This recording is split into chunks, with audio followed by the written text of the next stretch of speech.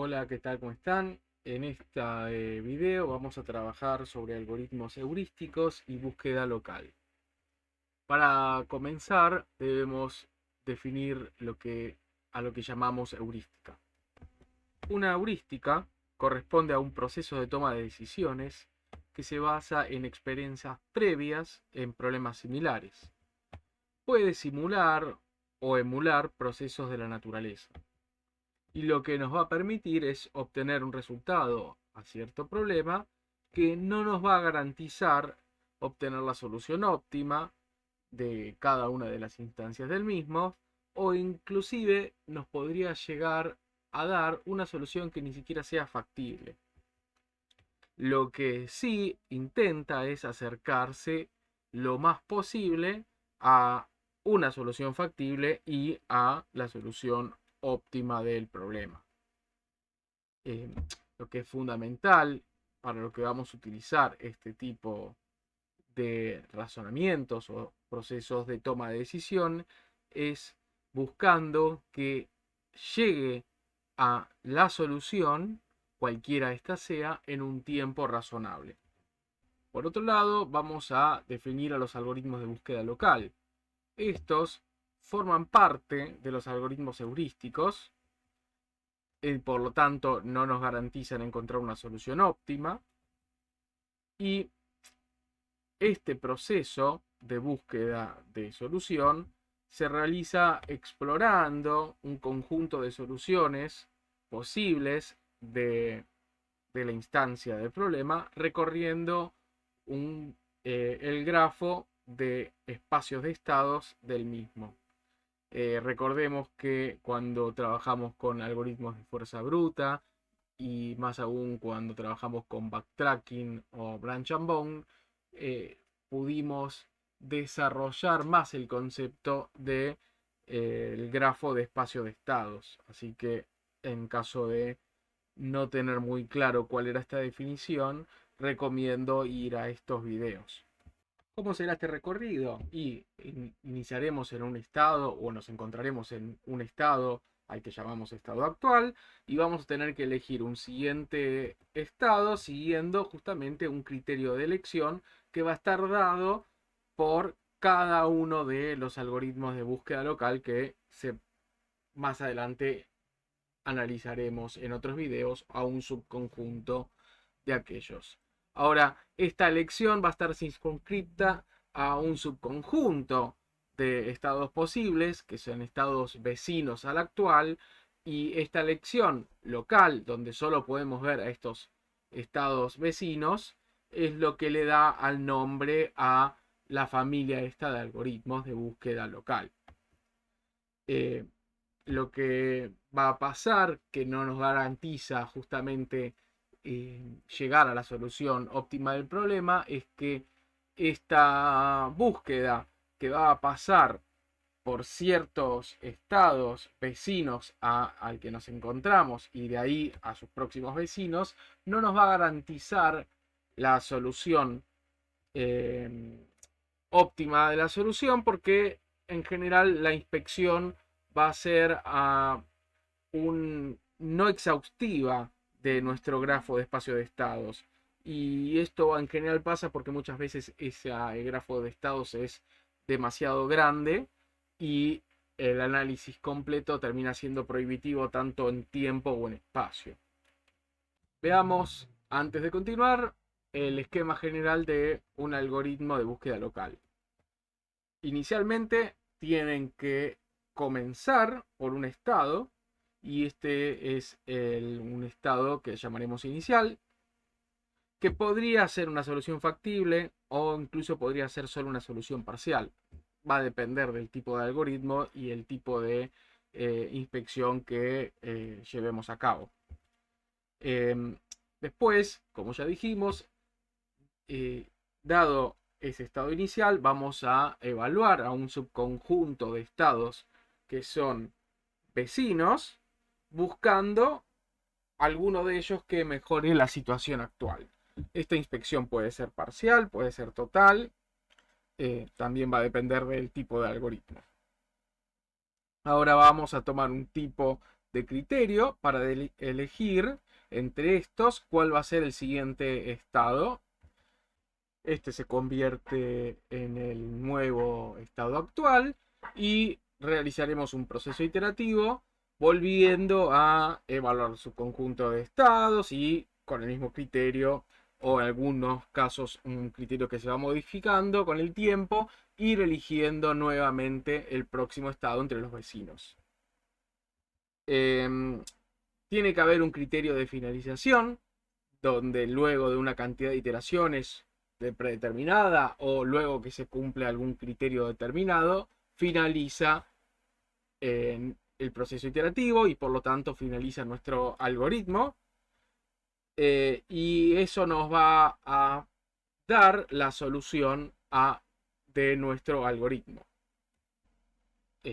Bien, una vez visto nuestro esquema general, tenemos que ir para poder plantear el problema resolviendo una serie de etapas. El primero de ellos es justamente determinar cómo expresamos el estado de un problema. Bueno, también vimos varias formas de hacerlo cuando trabajamos en los algoritmos de fuerza bruta y que iban a depender muchas veces de justamente la naturaleza del problema que queremos resolver. Por ejemplo, si es un problema combinatorio, puede ser que el estado sea una elección de los elementos o una agrupación de un subconjunto de elementos o cómo se ordenan ciertos elementos. O incluso podría ser una combinación de estas acciones.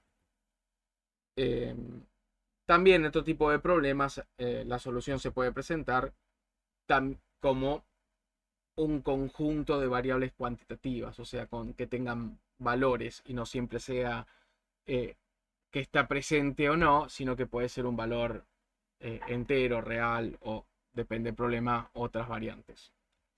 Una vez que tengo cómo representar el estado, es decir, puedo individualizar un estado del problema, voy a necesitar no solo poder individualizarlo, sino poder calcular o determinar qué tan bueno o malo es ese estado de acuerdo a la solución que quiero obtener. Y a eso vamos a llamar a la función costo. Y el valor costo va a ser el valor numérico que caracteriza a ese estado del problema, que es simplemente aplicarle a nuestra función de costo el estado actual. En los problemas de optimización, esta función de costo normalmente está explicitada misma por el enunciado del problema que queremos resolver. Ahora, pero incluso es posible generar una función costo utilizando las restricciones implícitas del problema o utilizándolas también en conjunto de las explícitas. O incluso hay problemas que no hay que maximizar o minimizar un valor, sino simplemente llegar a cierto estado final. Y en ese caso igualmente se podría llegar a construir una función costo viendo qué tan distante estamos de nuestro estado actual a el estado final que queremos lograr. Una vez que tenemos definido justamente cómo expresar un estado y cómo determinar qué tan bueno o malo es ese estado de acuerdo a la solución a la que quiero llegar, lo que debemos generar es otra función que es la conocida función vecindario, que esta va a determinar cuáles son aquellos estados a los que puedo acceder desde el estado actual. Generalmente se busca que el estado próximo sea una variación de alguna de las variables o alguno de los indicadores que definen nuestro estado actual. Y por lo tanto es muy común definir justamente una distancia entre estados, que justamente lo que nos va a terminar determinando es qué tan similares o diferentes son dos estados entre sí. En base a esa distancia entre estados, muchas veces se determina que un estado es vecino de otro si la distancia entre ellos no supera cierto margen. Veamos algunos ejemplos de función vecindario. Por ejemplo, si tengo que definir un estado como un conjunto de elementos que se son seleccionados, la distancia entre dos estados se podría medir en justamente como cuáles son los elementos diferentes, cuáles faltan o cuáles son agregados entre estos dos estados. Ahora sí, por otro lado, es una permutación entre elementos, o sea, el distinto ordenamiento que puedo hacer entre distintos elementos que tienen mis estados. La distancia se puede ver como la cantidad de intercambios de elementos que tengo que hacer para llegar desde un estado, o sea, el orden de un estado al orden de otro estado. En base a esa distancia entre estados, muchas veces se determina que un estado es vecino de otro si la distancia entre ellos no supera cierto margen. Correcto, ya definimos cómo es el estado del problema, definimos cómo medir qué tan bueno es ese estado de acuerdo a la solución que queremos tener y ya también definimos cuáles son los estados vecinos a los que puedo acceder desde el estado actual. Ahora tengo que determinar con qué criterio voy a seleccionar el próximo vecino que se convertirá en el estado actual siguiente. Y este criterio va a ser clave para el proceso de búsqueda de solución. Y vamos a ver que hay dos grandes familias. Uno que se llama el Best Improvement, que justamente es recorro de forma exhaustiva los estados definidos por la función de vecindario. Ahí tener bien claro, solo voy a recorrer todos los vecinos posibles de mi estado actual y voy a seleccionar aquel que logra un mayor aumento, en el caso que sea un problema de maximización, o disminución, en caso que sea un problema de minimización, en la función costo. Y por otro lado está el conocido como First Improvement, que justamente es, no voy a hacer un análisis exhaustivo de mis vecinos, sino que simplemente voy a ir a buscar de forma aleatoria uno, selecciono uno y únicamente voy a hacer la transición si logro que mejore la función costo con respecto al estado actual. Si no es, buscaré otro de forma aleatoria hasta lograr el primero que mejore. Y ahí voy a ir a determinar que ese va a ser el siguiente estado actual. Incluso podría pasar que la transición se haga si no hay aumento o si incluso si empeora. Pero esto va a determinar justamente del algoritmo de búsqueda local que seleccionemos. Dijimos que el algoritmo se encuentra en un estado y va a transicionar a otro estado de solución del problema. Sin embargo, no definimos cómo es que comenzamos, en cuál será el criterio para tomar nuestro estado inicial. Y, y esto es trascendental porque como la búsqueda no es exhaustiva, es decir, no vamos a recorrer todo el grafo de estado de soluciones, muchas veces el estado inicial desde el que partimos va a condicionar cuál va a ser el subconjunto del estado de solución visitado y por lo tanto cuál va a ser la posible solución que encontremos. Ahora, ¿cómo lo podemos seleccionar? Puede ser simplemente de forma aleatoria o siendo seleccionado mediante la aplicación de un algoritmo anterior de otro tipo o incluso otro algoritmo de búsqueda local que me va a determinar por dónde empiezo la inspección. Ahora, en problemas de optimización, este estado inicial generalmente suele ser una solución factible o que sea parcial pero que cumpla las restricciones del problema. Ahora, no significa que no haya otros algoritmos o variantes que incluso eh, puedan tomar como estado inicial un estado que no cumpla nada de estos casos.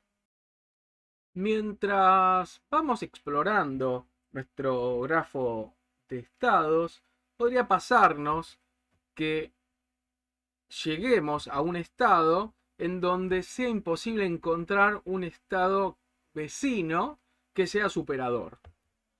A este valor lo vamos a llamar un máximo, en el caso que sea un problema de maximización, o un mínimo local. Ahora, entre todos los estados posibles que son máximos o mínimos locales, tiene que existir uno o un conjunto reducido de estados que van a ser la solución óptima de nuestro problema. Es decir, que es el máximo entre todos los máximos locales. Y por eso tenemos que definir máximos locales versus globales. El máximo global es aquel que es el máximo en todo el problema, que corresponde o corresponden a las soluciones óptimas, que es a la que queremos llegar. Por lo tanto, sabemos que muchas veces vamos a ejecutar nuestro algoritmo de búsqueda local y vamos a llegar a un máximo local y no el máximo global. Y para remediar eso, y dado que muchas veces nuestros algoritmos armados son veloces, lo que hacemos es ejecutarlo varias veces. Y en esa ejecución de varias veces, lo que tratamos es encontrar un conjunto no único de máximos locales, sino varios máximos locales. Y entre todos ellos, elegir al máximo de estos, esperando que sea el máximo global. Hay también distintas formas de hacer eso. El primero que vamos a ver se llama el de múltiple inicio o multistart, que justamente lo que hace es simplemente ejecutar de nuevo varias veces de forma repetida nuestro algoritmo, pero lo que hacemos es modificar nuestro estado inicial. Esperamos que, por lo tanto, termine inspeccionando otro subconjunto de mi grafo de estados de solución. Y por otro lado tenemos el conocido como de múltiple nivel, o la aproximación de múltiple nivel o multilevel, que lo que hace es podemos ejecutar varias veces nuestro algoritmo y lo que hacemos no es modificar el estado inicial, sino nuestra función vecindario, que es decir, que nos va a modificar cuáles son los vecinos a los que podemos acceder. Muchas veces en algoritmos en la práctica, cuando los ejecutamos, terminamos haciendo una combinación entre estos dos procesos de aproximación. Estos son los conceptos principales dentro de los algoritmos de búsqueda local o heurística. La realidad es que hay una gran cantidad de variantes y de algoritmos en sí heurísticos en la bibliografía. Vamos a nombrar ahora a continuación algunos, capaz los más conocidos. Sin embargo, con el tiempo van apareciendo nuevos que van reemplazando o modificando existentes. Y solo algunos de ellos vamos a analizar con más detalles en próximos videos. Esta es una lista parcial y acotada de algunos algoritmos de búsqueda local.